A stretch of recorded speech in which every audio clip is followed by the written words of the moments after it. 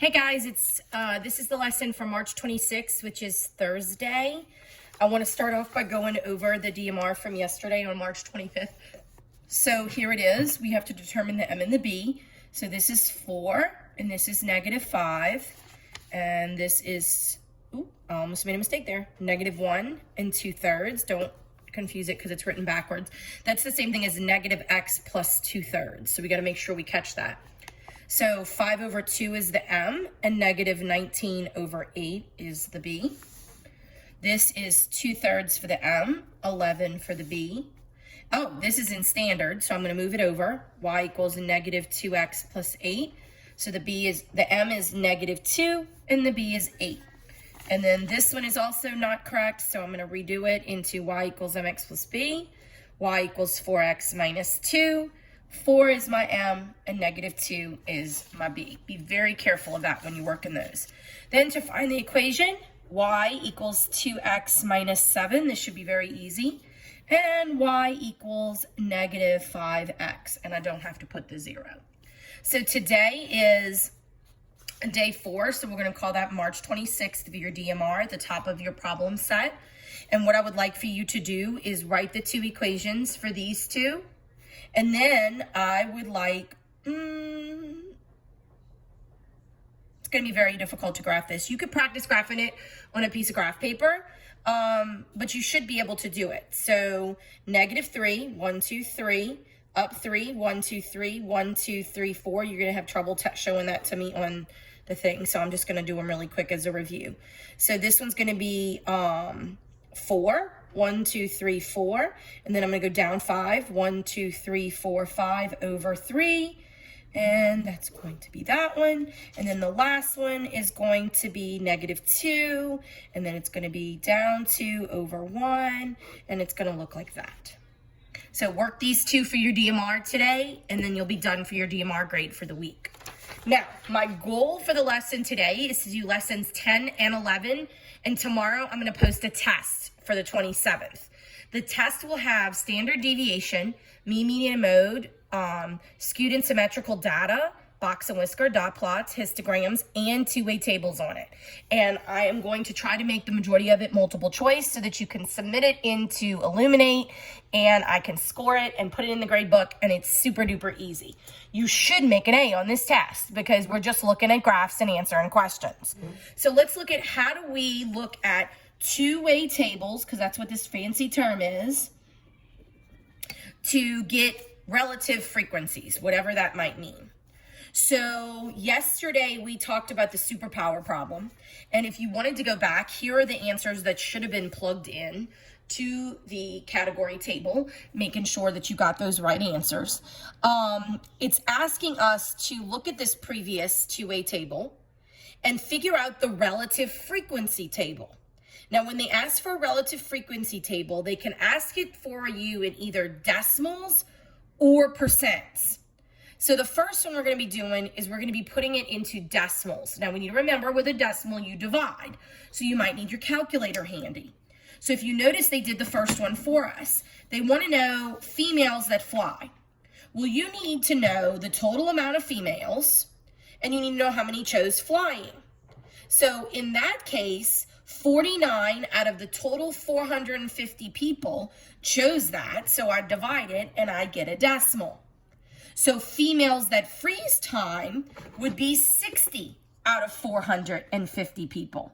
So 60 divided by 450 would give me 0.13 repeating, and that would be my relative frequency. Females that chose invisibility would be 48 out of the 450. Which would be 0.106. And you kind of get the deal here. So super strength would be 1 out of 450. At this point, y'all in class would be shouting out all the answers to me because you realize it's super easy. Telepathy is 70 out of 450, which is 0.15. And you can use your bar line if you want to for those. For males, it would be 51 out of 450 because you have to take it out of the total to get the correct amount. And then what is freeze? 71 out of 450, which is 0.157. And this super strength would be 25 out of 450, excuse me, 0.05. Repeating. Telepathy, 48 out of 450, which gives me 0.1066. Now, how do I get these totals? Well, that's going to be how many total, which is 222, divided by the 450, and that would give me the relative frequency for the total, which would be 222 divided by 450, and you get 0.493. The bottom total, same thing. You take 100 out of the 450, which is 0.22, and you take the 75 out of 450. I know I'm making sure you get these right, and you see how easy this is. Super strength would be 26 out of 450, 0.057, and then of course the grand total, 450 out of 450 would be 1 as your relative frequency. Okay, so that's pretty simple how you do that. Correct? Turn the page. So now when you're looking at this, it says calculate the remaining relative frequencies in the table below, which we just did on the page before. So if you filled it up in here, then you don't have to stress about filling it here. You're just going to answer the questions based on that problem. Okay. So let's look at number 3. It says based on previous work with frequency tables, which cells in the table would represent the joint relative frequency? Those are the unshaded cells. So that would be all of these that are unshaded would be the joint. So unshaded examples. Which cells in the relative frequency table would represent the marginal? Those would be the ones that are in the margin. So those are the shaded, and they're both on both sides. It's just definition. What is the joint relative frequency for females who select invisibility as their favorite superpower? So what we need to do is we need to see that it is 0.107, which is approximately 10.7%. How did I get that? I multiplied this by 100 to get it into percent. Then what is the marginal relative frequency for freeze time? So what we're going to do is we're going to take 29.1% as our answer, or about 25%, because that's all of the people that chose freeze time. And if I go back to my chart, I can pull that up. So freeze time is right here, 29%, because all I did there is multiply it by 100 to get it as percent. What is the difference in the joint relative frequencies for males and females who selected to fly as their favorite superpower?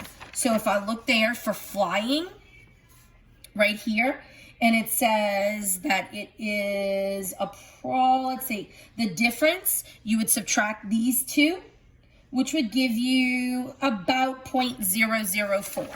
You would subtract the male and the female, and it would give 0.004, approximately. All this is approximate.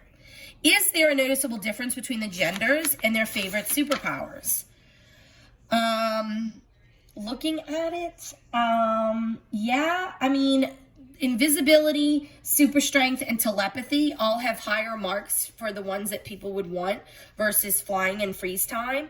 But that's just like a general question that they're going to ask, like opinion-wise. All right, so what I would like you to do from lesson 10 is I would like for you to do number 1 only. So you're going to fill in this chart and make sure that you got it correct, okay? And then you can answer the questions here on S72. So your assignment for lesson 10 is to do number 1 and then answer the questions 2 through 7 on the chart that you just did. Let's look at lesson 11 because it's still working with the same chart. If you notice, there it is. And then they have the frequency table below it that we're still working on here. So they're just asking you to answer some questions and to figure out different percentages.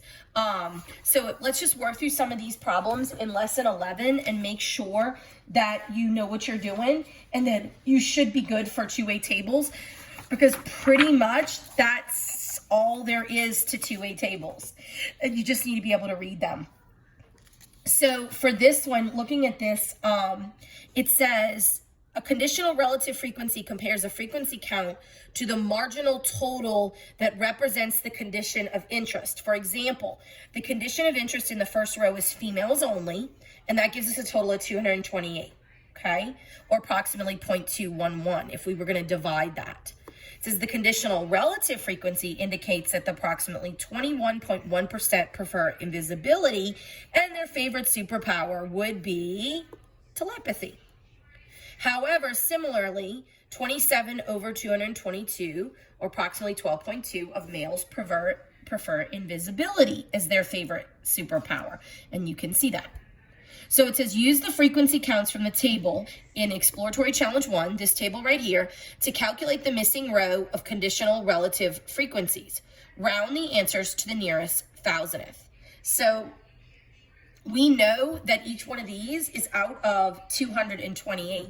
So to get the relative frequency, you're going to take the number of females that are flying, and instead of dividing by the 450, you're only going to divide by the amount of females. So you're figuring it out based on just females. So 49 divided by 228 is 0.214. And then 60 divided by 228 is 0.263. So really, to know what they're asking you to do, you have to read the question and figure out, are they asking out of the grand total, or are they asking out of the row? Are they asking for females only, males only, and then grand total onlys? So if you're filling this out, you should see some of the same amounts. I'm going to go ahead and put the values in so that you can check them on your calculator and make sure that you're plugging in the right answers. And so you should get 1 for all of these because they're relative frequencies. Now, for these, the total is going to be different because this is going to be out of 450. So you're going to have 100 out of 450, which gives me 0.222.